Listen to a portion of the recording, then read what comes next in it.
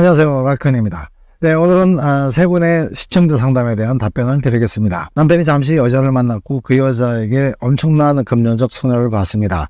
남편은 이후에 정신을 차리고 가정으로 돌아와서 책임감 있게 아주 잘하고 있습니다. 저에게도 가정에 충실하겠다고 약속을 합니다. 하지만 직업상 오랜 시간 떨어져 살아서인지 대화가 잘 되지 않아서 지금도 사이가 좋지는 않습니다. 그리고 전의 일만 생각하면 계속 의심이 들고 그 여자한테 당했던 남편이 바보같이 느껴져서 용서가 쉽지 않습니다. 하지만 아이들도 어리고 이전에 좋았던 남편을 생각하면 다시 잘 살아보고 싶은 마음이 큽니다. 저의 마음을 어떻게 다스리면 좋을까요? 2주 전에 답변을 드렸는데 영상이 삭제가 됐네요. 죄송합니다. 다시 답변을 드리자면 첫 번째로 상황을 이해하고 받아들이는 것이 중요합니다. 일단 엎질러진 물이고 떨어진 유리잔입니다. 이때 우리가 해야 할 일은 바닥에 쏟아진 물을 닦고 유리 파편을 깨끗이 치워야 하는 일이죠. 그걸 그대로 두면은 유리 파편하고 발의 상처를 또다시 입게 되니까요. 그리고 남편이 실수를 저질렀고 여러 가지 문제가 발생했지만은 남편도 가정의 중요성을 더 크게 알게 됐고 또 여자 무서운지도 알았을 겁니다. 이번 일이 세웅지마가 돼서 오히려 부부관계나 가정에 전화위복이 되는 기회로 삼으시려면은 조건이 필요합니다. 그것은 남편에 대한 깊은 이해와 용서입니다. 두 번째는 부부 문제는 대화의 단절이나 소통 부재가 제일 큰 원인이 됩니다. 가능한 빠른 시간 내에 서로의 마음과 생각을 이해하고 공감하는 시간을 가질 수 있도록 노력해 보셔야 됩니다. 나와 다른 생각에 대해서 이해하고 인정하는 태도부터 두 분이 노력하는 자세로 바꿔나가시길 바랍니다. 세 번째로는 남편의 행동으로 인해서 상처를 받았고 용서하기 어려울 수 있습니다. 하지만 용서는 가정의 평화와 회복에 아주 중요한 역할을 합니다. 아무리 큰 상처도 언젠가는 회복되지만 그 상처를 빨리 치유하기 위해서는 용서라는 약을 발라야 합니다. 새로운 시작을 위해서 먼저 질문자님의 마음을 진정시키고 과거를 묻어두시고요. 앞으로 나아갈 수 있는 자리를 마련해 보십시오. 마지막으로 여자한테 많은 손해를 입을 만큼 금전적인 손해를 봤다고 하면은 금방 듣기에는 바보처럼 느껴질 수 있겠지만은 요즘 같은 야가 빠진 남자들이 대부분인 세상에 남편 같은 분은 순수하신 분입니다. 아내 입장으로는 기분 더러운 순수함이겠지만은 어떻게 생각하느냐에 따라서 가족이나 아내한테도 똑같이 열성을 다하실 분이라고 저는 느껴지는데요. 하루빨리 평온한 가정 되시길 바랍니다. 우리가 만난 지 1년이 되었습니다. 그런데 저하고 통화하다가 전화 왔다고 거짓말을 하면서 끊어버리곤 합니다. 그래서 늘 싸움이 잦아요. 어떻게 하면 될까요? 거짓말이라는 근거가 뭔지 궁금하네요. 물론 질문자님도 어느 정도 확신이 가는 상황이 있으니까 그렇게 생각하실 수 있겠지만 자신의 직관을 너무 맹신하시면 안 됩니다. 우리는 불완전한 존재들이기 때문에 완벽하게 단언할 수 있는 게 아무것도 없는 거죠. 하지만 일단 남자가 거짓말을 했다는 가정아래 말씀을 드리면 보통 이런 경우는 통화 내용에 불쾌감이 생기거나 부담스러운 내용이 계속될 때 또 말이 안 통하거나 바쁜 시간에 말이 길어질 때입니다.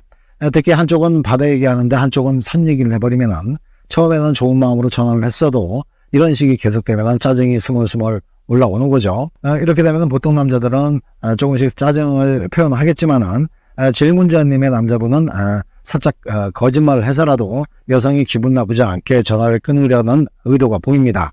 그래서 제가 볼 때는 선의의 거짓말을 한 것 같은데요. 앞으로 이런 일이 줄어들려면 전화로는 심각하거나 진지한 얘기는 자제하시고 또 길게 통화하는 것도 줄이는 것이 좋을 것 같습니다. 마지막으로 말씀드릴 것은 거짓말을 할 정도로 전화 걸기가 싫다면 바쁘다는 핑계로 전화를 안 하면 그만입니다. 일단 전화를 했다는 것은 질문자님을 좋아하고 있는 것이니까 통화 내용에서 질문자님이 혹시 잘못한 부분이 있는지도 한번 생각해 보시면 좋을 것 같네요.